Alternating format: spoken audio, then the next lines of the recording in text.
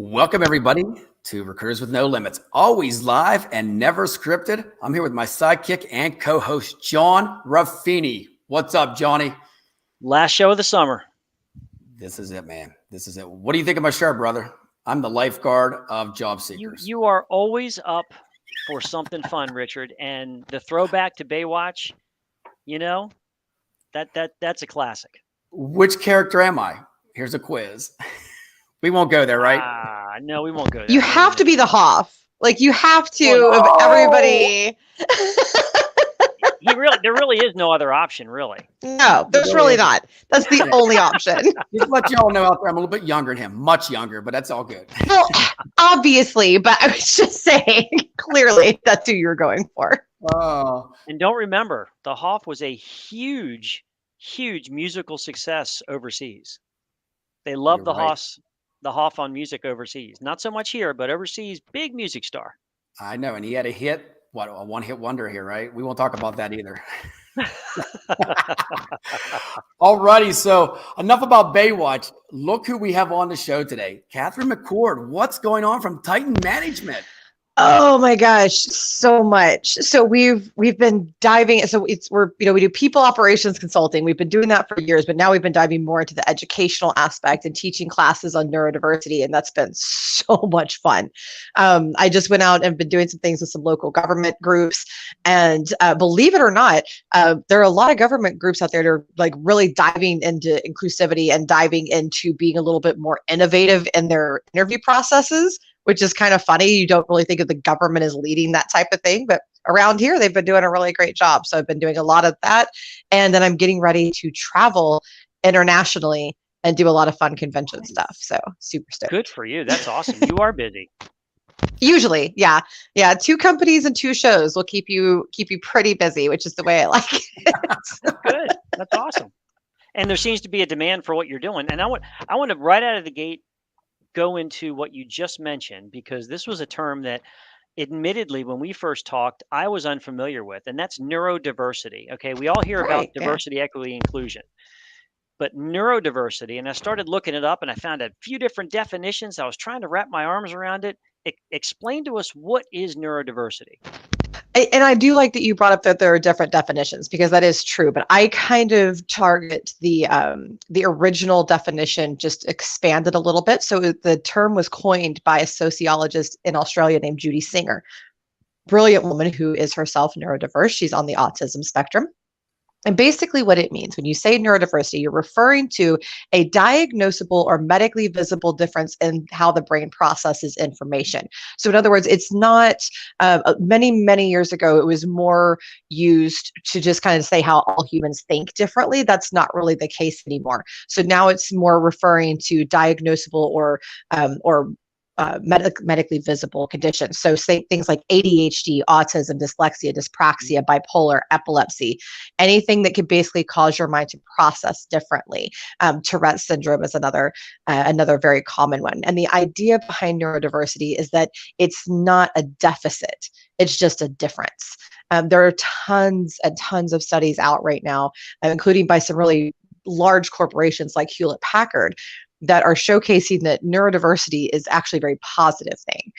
Harvard's put out some studies. Drexel has put out some studies talking about how it's actually a very positive benefit in most cases. Now, there are disabled neurodiverse people.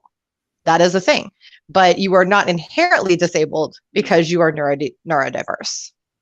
And so with your training that you're doing, are you educating folks on how to be more inclusive of folks with neurodiversity that is not disabling? Correct. Yeah. So, or even that is, if they're still going to be good in the workplace, right? So, right. So, because there are disabilities that are quite functional in the workplace. So the education is to understand what it is, why it's important, why it's valuable. I mean, you look at, there's so many examples of neurodiverse people that are wildly successful. And there's 2 different studies, including one that I just put up on my website, and I'm completely blanking out on who did it right now, so please forgive me. But it showed that the average of 50% higher productivity came from neurodiverse teams. So there tends to be a very high very high production difference. That's not universal, but it is common. You get a lot of creativity, you get a lot of innovation, you get a lot of hyper analytical ability, things like that. Everybody's kind of unique. Every human is unique. So we kind of dive into that. We dive into how to make accommodations standard, why accommodations aren't a big deal and everybody should be doing them all the time anyway.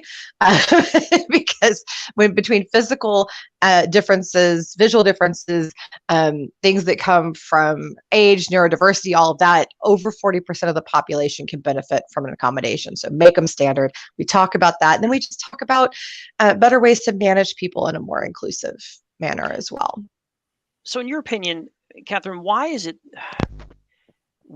so much so in our society that if someone has a physical disability or ailment, it's treated one way, and if they have a mental impairment, it's almost ignored because it can't physically be seen? I think part of it is that people don't understand, if I can't see it, there's always this idea, if I can't see it, it's not real, right? Kind of a thing. For instance, even with my physical diversities, people always go, you don't look sick. Like, well, thanks. Thank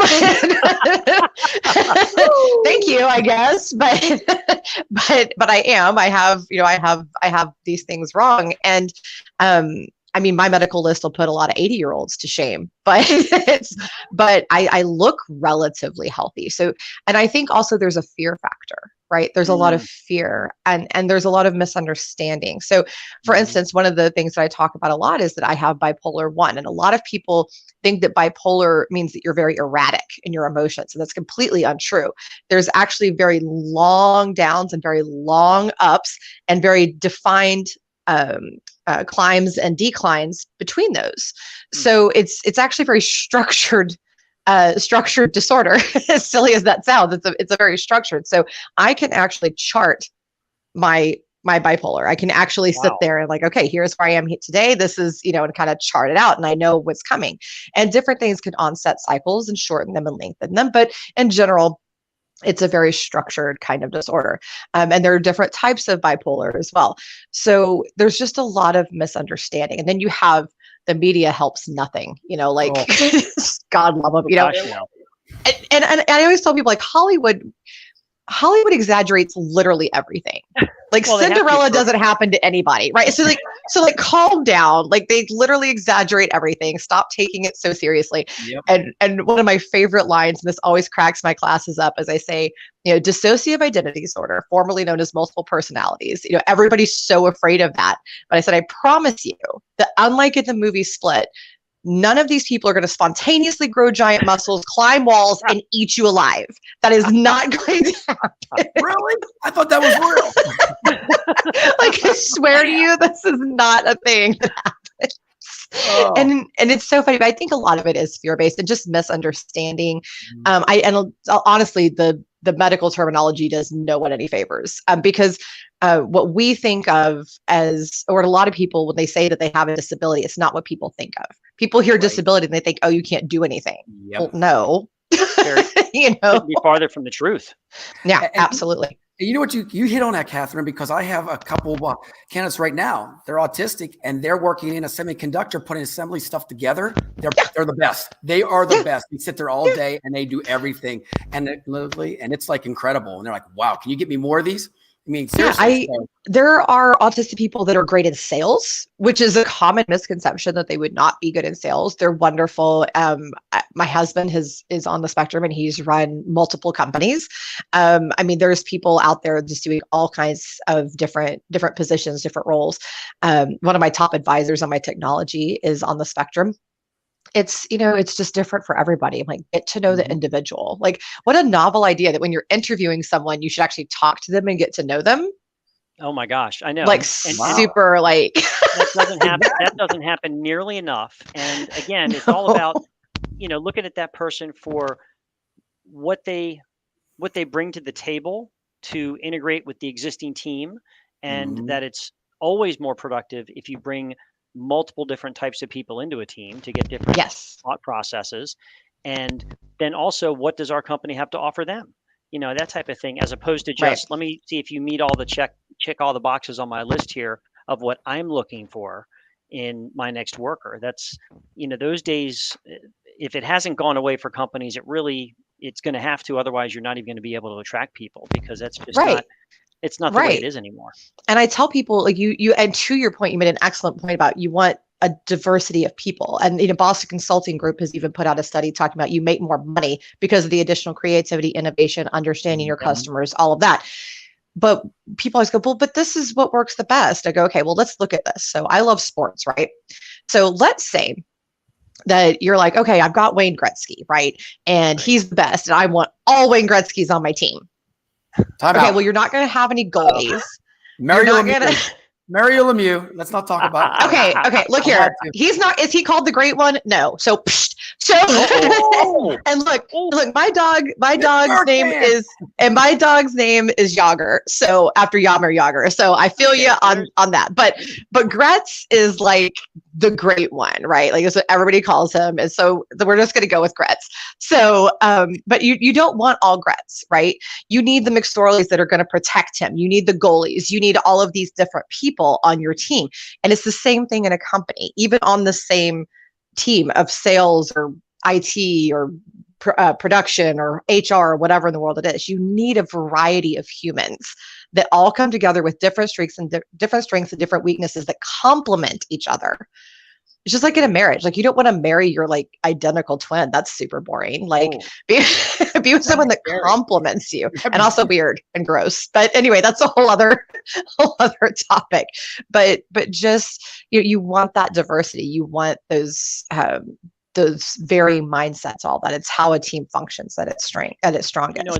It's interesting. You mentioned Hollywood, and I will do a Hollywood reference because it's a series that is streaming on Netflix right now, and I think it's very good, and it deals with this issue, and it's called the Extraordinary Attorney Woo, and it's a Korean series, and so you got to watch the subtitles, but it's about a law firm, a very high prestigious law firm that hires an attorney that is on the spectrum, has autism, and how initially, people don't know how to interact with her.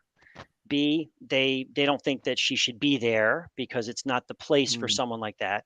And then ultimately they realize, wow, this person is incredibly wise, incredibly smart, knows the law better than any of us, and ends up being such an asset to the firm, and everybody ends up embracing her.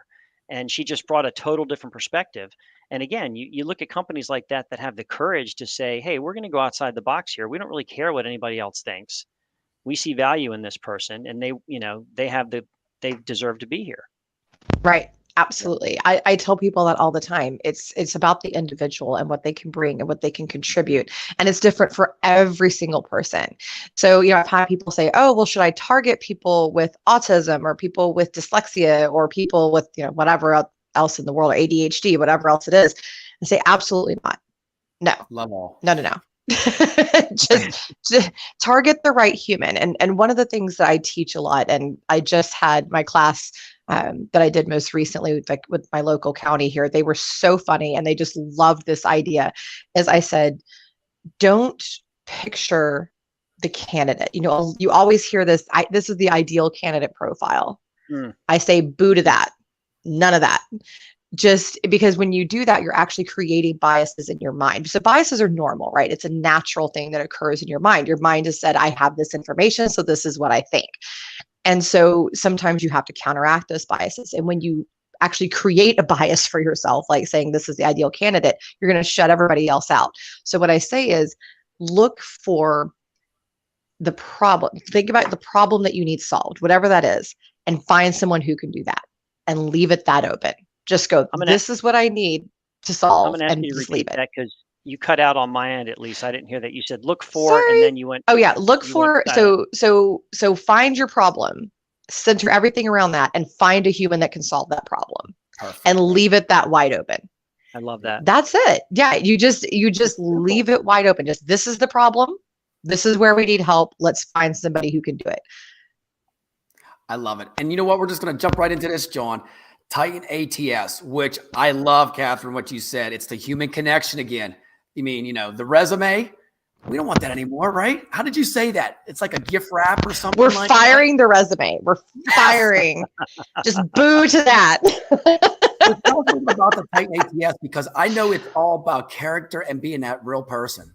It is, yeah. So I'm very proud of it. I do not have a technical background, but one day at 4 o'clock in the morning while driving to the airport, I just went, ding, I know how to fix the resume problem. And everybody that works in hiring will tell you that the resume's got to go. Even people that I know that are resume writers will tell you that they need to go. Exactly. And so I wanted to get rid of that. I wanted to do something anti-bias, something neurodiverse inclusive, and something that helps companies better be able to find their talent, right? To help people align to the job so they can see if they really feel like you're a fit. So we did fire the resume completely, and instead we use short candidate profiles that have no bias creating information, including no name, no dates, no school names, no company names, none of that. It helps you align to the job by giving you skill matching. So the company will pick the skills that match most. You rate yourself with those skills. And then for each job, it doesn't ask your title or your job duties. It says, what were your accomplishments? What relevant projects did you do to, relevant to this job? And then any additional information, that kind of thing. And then there's some other kind of fun fields that we have in there too, but everything is designed by the neurodiverse for the neurodiverse. And we had groups from every diversity we could possibly think of come in and do focus groups and tell us what they thought. And so we're constantly making updates based on feedback. And it takes maybe 5 to 6 minutes to fill out the profile. If you're typing it all out, you don't parse anything. So it still doesn't take a long time, but we feel like it's really the wave of the future of teaching people how to hire appropriately and how to hire looking at the right information. Do you find that when filling that out, so I'll play devil's advocate, what's Go to ahead. prevent someone from saying, well, I'm going to rate myself a 10 in all these things because I think I'm great in all these, when I might not be? It's so funny. People always ask me that. I'm like, well, in my experience, and for whatever reason, and I've done some different research on this, and I've asked some different psychologists, and there's several different theories as to why this happens, but people don't really do that. They're pretty honest. Now, they'll rarely tell you if they stink at something. Like, okay, I will be honest there. Like, they'll rarely tell you that they stink, but they won't say excellent or 10 out of 10 or whatever unless they really are. So they tend to actually err on the side of caution. They actually tend to say, okay, well, I feel I'm really good, but I'm not perfect. I don't want to make them think I'm perfect, so I'm going to go with the one below. And they'll, if anything, rate themselves slightly lower. So it's been, and then you can always, of course, that's what interviews are for, is to probe a little bit more. But So Catherine, with this ATS, is it going to be video or is it audio? How's it going to work? Oh, no. So actually, we very specifically did not, for the application process, did not want to have any video or anything like that. Okay. So it is a form. There is no bias in that.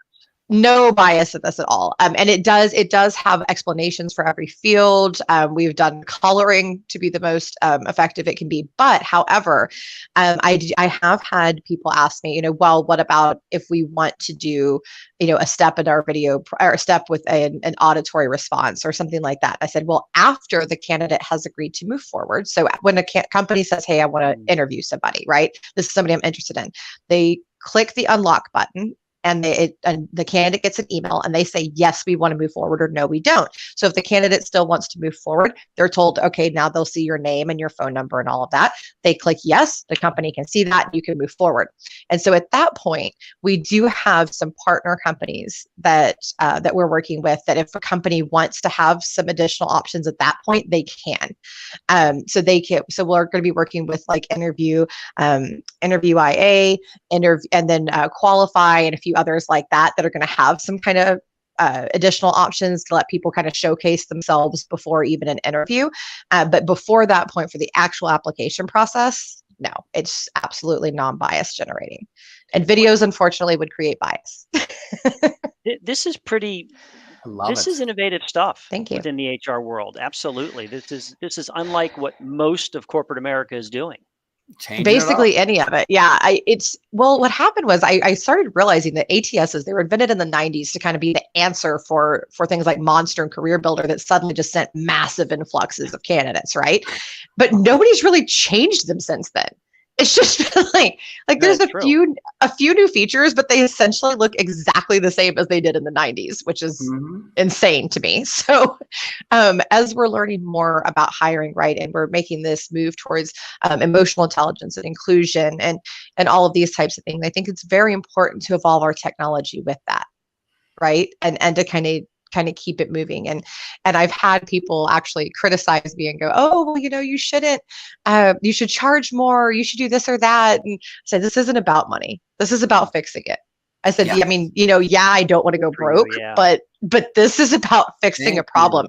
And I've even made it so the proprietary part, the anti-bias part, and the profiles and all that can sit on top of any other ATS, any other HRIS. Wow. It's as long as they have open API, you can use this and you can integrate. So you don't even have to give up your technology, because I just want everyone to hire better and to hire without bias. Or at least in the application process. I can't fix humans yet. I'm working on it. You say yeah. I'm like, wow, that's what you got up your there. I really have like one day we'll figure out how to make humans not suck. Just one day it will happen. You know what I love, Catherine, is people's telling you not to do it, and you're just going against the wave like we all do. It's like you don't listen to anybody else besides yourself. Nope. Know? I'm like, look, there's certain people whose opinions matter to me, but for the most part, these are the people that give the excuse that drives me absolutely bonkers of, well, this is how we've always done it. Well, that's stupid.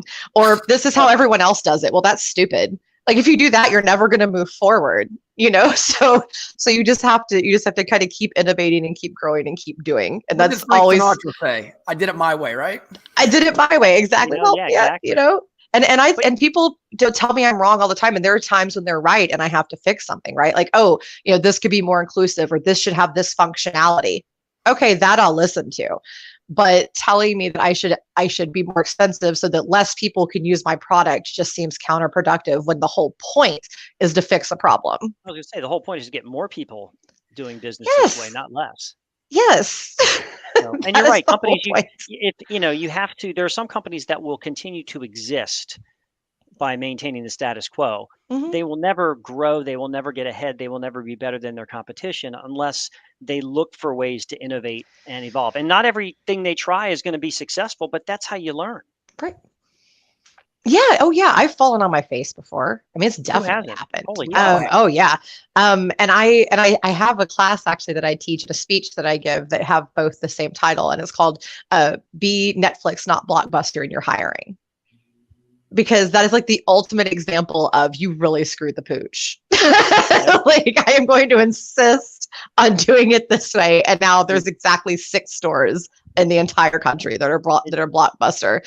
And Netflix is literally everywhere in life. So and you look at how Netflix, when I seen that title, Catherine, I seen that. I actually Googled on YouTube and watched the Netflix documentary, and wow. They put Blockbuster under. They had a chance to team up, and no. They did. But that's what a lot of people don't know. Blockbuster had a chance to be part of this and to move forward, and they didn't do it. And then again, Netflix did that as they progressed and started having their own TV shows and all of that. Again, they tried to partner with others and bring them into it who weren't having it. So they said, fine, okay, we'll just do it ourselves. And so actually kudos to Netflix also for like being willing to partner with other humans and like bring other companies along, but they just didn't want to. So they said, okay, fine. I actually, taking after their lesson, I did that initially too. I tried to get the ATS I was using, which I still firmly believe is a good ATS in general, Jazz HR. I tried to get them, so shout out to them. I tried to get them to do this ATS with me. I tried, and they were like, nah, it's not really in our plan, but thank you. They were super nice about it. They were super, super wonderful about it. But I'm like, well, now we'll see what happens, but I hope one day they'll start integrating with us and working with us, because I do firmly believe in their product in general. It is the best out there I've seen that's not mine. I will say that for them. They are super good.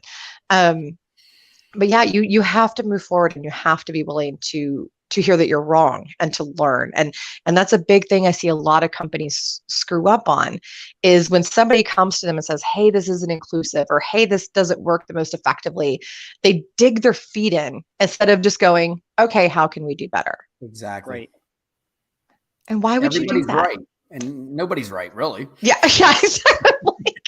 Well, it's that whole thing about, it's that whole thing about the society we're in right now.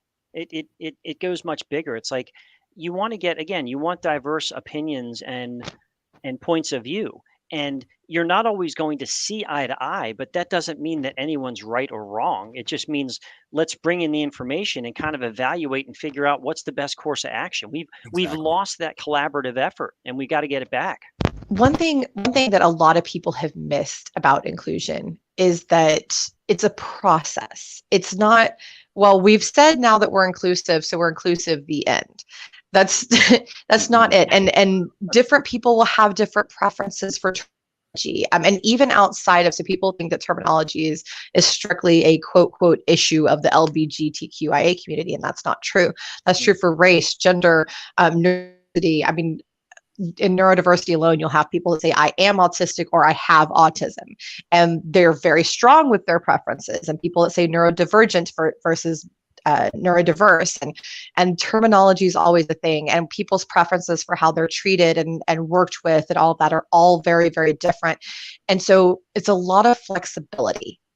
And my husband came up with the most genius analogy for this. And he said, and he was not referring to inclusion, but I've decided to adopt it for inclusion. He said, it's the pineapple pizza rule.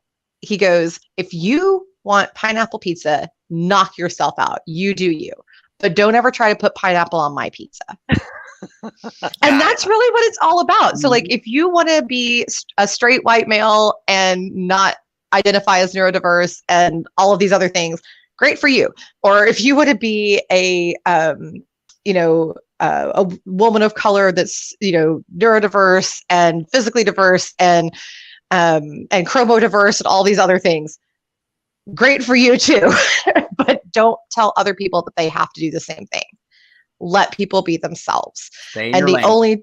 Stay in your lane. Exactly. Run your race. And the only time that I tell people that there is a wrong, 100%, is when you're discriminating. Then you are wrong. Absolutely. That is the end. You suck. Cut it out. Stop doing that. Don't be gross. And I did. I let people be themselves. Then really, discrimination should never come into it.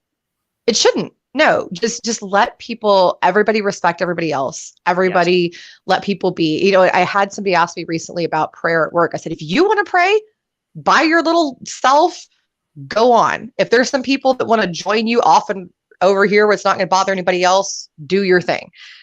Don't do a group prayer. That's weird, especially at work, for all the HR reasons. Please don't do that. Don't tell other people they can't pray at all. That can actually be violating the law. So don't do that. So just let other people be themselves. That's really all it's about. It's super, super simple. I tell people, just don't be, what was it I came up with the other day? I said, don't be shitty and don't be stupid. That's it. That's not overthinking it. And it's like, it's really the way it should be. Everybody wants to put their 2 cents in. That's the thing, It's like, why? Mind your business. Like, who cares? It doesn't apply to you. I'll be a nebby. Just don't be nosy. Yeah. And I had Sydney Ware said the most genius thing when he was on my show a while back. He said, if somebody can say to you, I don't know you like that, don't ask it. Don't be weird. Don't ask questions that somebody's like, like the new trend. Have y'all seen this? The new trend in applications is to ask specifically what your disability diagnosis is, what your sexuality is. What? I'm like, nobody wants. Yes, I'm like, no. In job applications? Yes, nobody wants this. I'm like, no one wants this. It is actually talk about bias and discrimination. Yes, it is not being woke. It is not being inclusive. It is awful. Do not do that. No, in my interviews, ask them if they want a beer or coffee. What the hell? Right? And don't ask, okay, I do have to get y'all's opinions on this because this is something I've seen over the years and it cracks me up. People asking stupid questions in their interviews and things like they're completely unrelated to the job application. Like, do you want to be a pirate or the member of the Navy? Or would you be like, what kind of vacation would you be in an application? Oh, wow. Not in an application. If you want to, like, I have seen in certain instances, because I'm guilty of asking some of those things in interviews face to face when I want to see what their critical thinking process Oh, no, looks no, like. we're talking in an But application. an application? No, that's ridiculous. No way.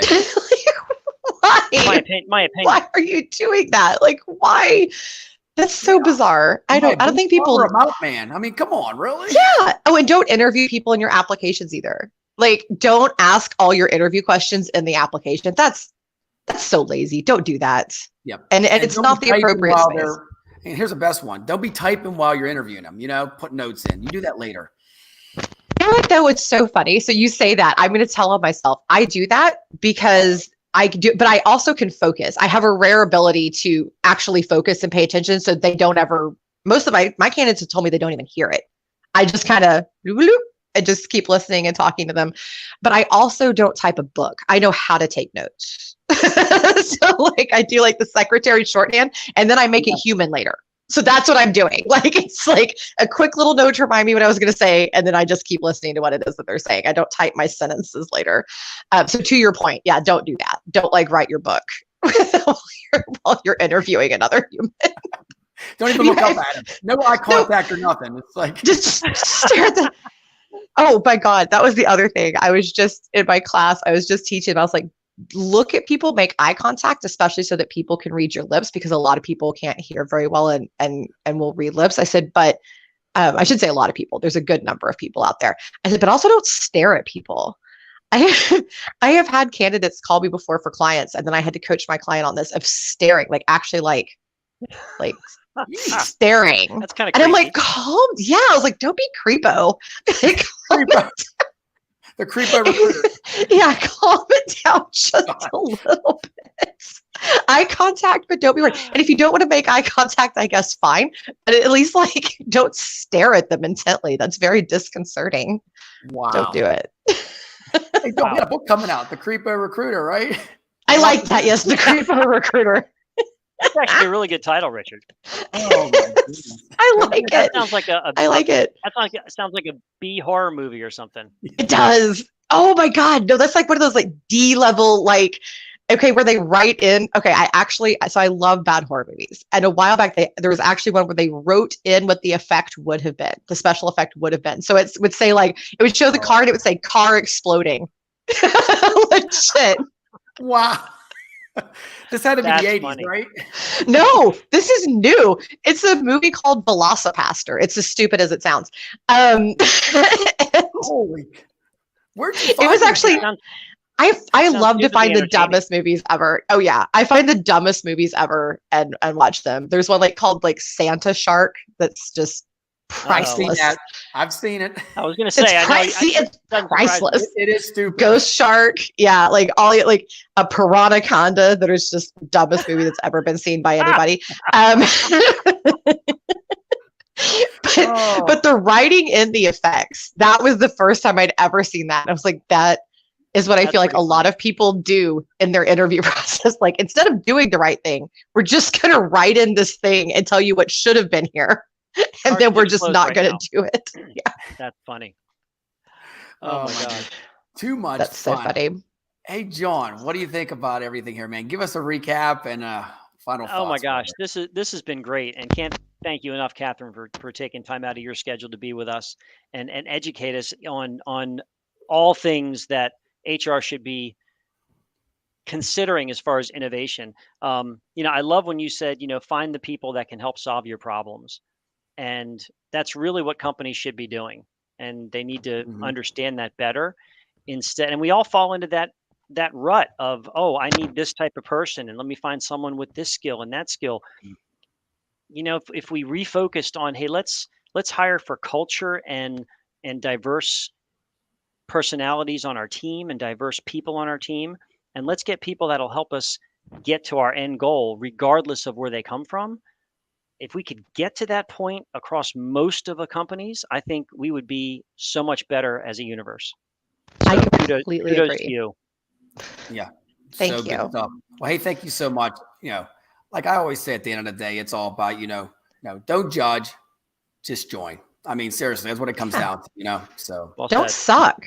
Don't suck as a human. Yeah, no, Mean Very people suck. simple. the tip of the week, don't suck. That's right. Don't suck. That's it. Very I simple. like it. Hey, Catherine, like you're a blast. We're going to have Thank you you. back sometime. And you know what? This Absolutely. is our final summer series. So, Johnny, I got to wrap it up. Like, we are done for summer, man. Can I do it one more time? Get out of the water. We're done. That's it. No drowning Well, today. thank you. No drowning. And thank you guys so very much for having me. And I will definitely have you on Career Lunch Live next season. Awesome. Sounds Look good. forward to it. Safe travels Right. to you. That's it. Thank you. Hey, everybody, that's a wrap. We'll see you next week. Summer is officially over.